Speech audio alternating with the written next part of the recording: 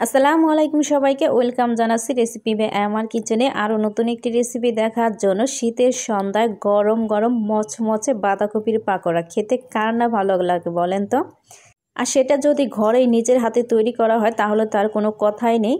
তাই আজকে আপনাদের সাথে শেয়ার করব বাঁধাকপির পাকোড়া। বিকেলের নাস্তায় ঝটপট কিন্তু বানিয়ে নিতে পারেন এই বাঁধাকপির পাকোড়া। ছোট থেকে বড় সবাই অনেক বেশি পছন্দ করবে দেখবে। তো আশা করছি ভিডিওটি ভালো লাগবে। ভিডিওটি ভালো লাগলে লাইক কমেন্টস এবং ভিডিওটি শেয়ার করে দেবেন। চলুন তাহলে শুরু করি। এখানে আমি মিডিয়াম সাইজের একটি বাঁধাকপি কেটে নিয়েছি কুচি করে। এখন এর মধ্যে দিয়ে দিচ্ছি আমি 1 চা চামচ লবণ। লবণটা দিয়ে এখন হাত দিয়ে এইভাবে কষলে নিতে হবে যতক্ষণ না পর্যন্ত এই বাঁধাকপি থেকে পানি ছেড়ে আসছে। আপনারা চাইলে ছোট বাঁধাকপি দিয়েও বানাতে পারেন, আবার কেউ চাইলে বড় বাঁধাকপিও নিতে পারেন। আর মিডিয়াম সাইজের একটি বাঁধাকপি নিয়েছি। আর যখন দেখবেন এরকম পানি ছেড়ে আসবে চাপ দিলে, তখন এই যতটুকু সম্ভব এই পানিটাকে চেপে চেপে ফেলে দিতে হবে। আমি পানিটাকে ফেলে দিয়েছি। এখন এর মধ্যে আমরা বাকি উপকরণ অ্যাড করব। দিয়ে দিচ্ছি হাফ কাপ পেঁয়াজ কুচি। আর এখানে নিয়েছি আমি 4টা বড় কাঁচামরিচ কুচি করে। ঝালের পরিমাণটা আপনারা আপনাদের পছন্দ মতো ইউজ করবেন। দিয়ে দিলাম হাফ কাপ ধনিয়া পাতা কুচি। এখন এর মধ্যে দিয়ে দিচ্ছি হাফ চা চামচ হলুদের গুঁড়া, আর দিয়ে দিব হাফ চা চামচ লাল মরিচের গুঁড়া, আর দিয়ে দিচ্ছি আমি জিরার গুঁড়া হাফ চা চামচ। এখন এর মধ্যে দিয়ে দিব গোলমরিচের গুঁড়া হাফ চা চামচ। এখন এর মধ্যে দিয়ে দিচ্ছি আমি হাফ কাপের মতো ময়দা। এখানে কেউ চাইলে ময়দার পরিবর্তে বেসন ইউজ করতে পারবেন। দিয়ে দিচ্ছি 1/4 কাপ চালের গুঁড়া। চালের গুঁড়া হাতের কাছে না থাকলে এখানে কর্নফ্লাওয়ার ব্যবহার করতে পারবেন। এখন এর মধ্যে দিয়ে দিচ্ছি একটি ডিম, বড় সাইজের একটি ডিম আমি এখানে নিয়েছি। কেউ চাইলে দুটোও ব্যবহার করতে পারবেন। দিয়ে দিচ্ছি সামান্য পরিমাণে কিছুটা লবণ। এখন সবগুলো উপকরণ খুব ভালোভাবে মিশিয়ে নিতে হবে। এখানে ঝালের পরিমাণটা আর ধনিয়া পাতা কুচি এগুলো আপনারা আপনাদের পছন্দ মতো ইউজ করবেন।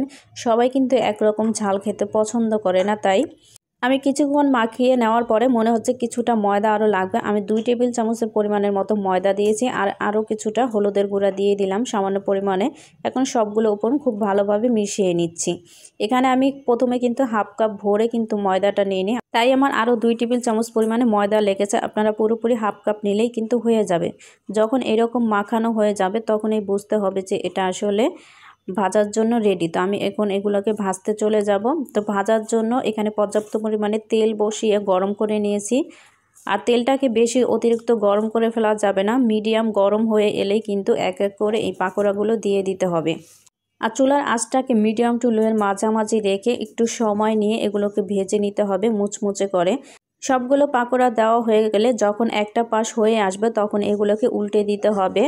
একটা পাশ হয়ে এলে এগুলো উল্টে দিলে কিন্তু এগুলো আর ভেঙে যাবে না। দেখতেই পাচ্ছেন একটা পাকোড়াও কিন্তু ভেঙে যায়নি, খুব সুন্দরভাবে একটা পাশ হয়ে গেছে। তো এইভাবে উল্টে পাল্টে এগুলোকে ভেজে নিতে হবে 8 থেকে 10 মিনিটের জন্য। আর এর মধ্যেই কিন্তু পাকোড়াগুলো খুব সুন্দরভাবে কালারও চলে আসবে, আর ভেতরেও কিন্তু বাঁধাকপিগুলো খুব সুন্দরভাবে সিদ্ধ হয়ে যাবে। তো যখন এরকম কালার চলে আসবে তখনই বুঝতে হবে পাকোড়াগুলো হয়ে গেছে। পাকোড়াগুলো হয়ে গেছে। এখন আমি একটা তেল ছাঁকনির সাহায্যে এভাবে তুলে নিচ্ছি তেলগুলো ছেঁকে। তো এক এক করে সব পাকোড়াগুলো আমি তুলে নিব।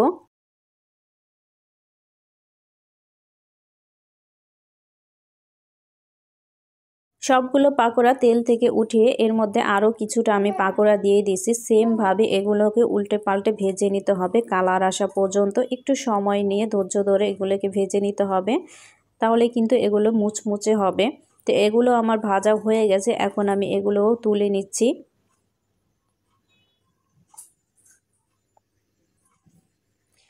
তো সবগুলো পাকোড়া তোলা হয়ে গেছে। আর দেখতেই পাচ্ছেন কত সুন্দর দেখতে হয়েছে, আর খেতেও আলহামদুলিল্লাহ অনেক বেশি মজা হয়েছিল, আর খুবই মুচমুচে হয়েছে চালের গুঁড়া দেওয়ার কারণে।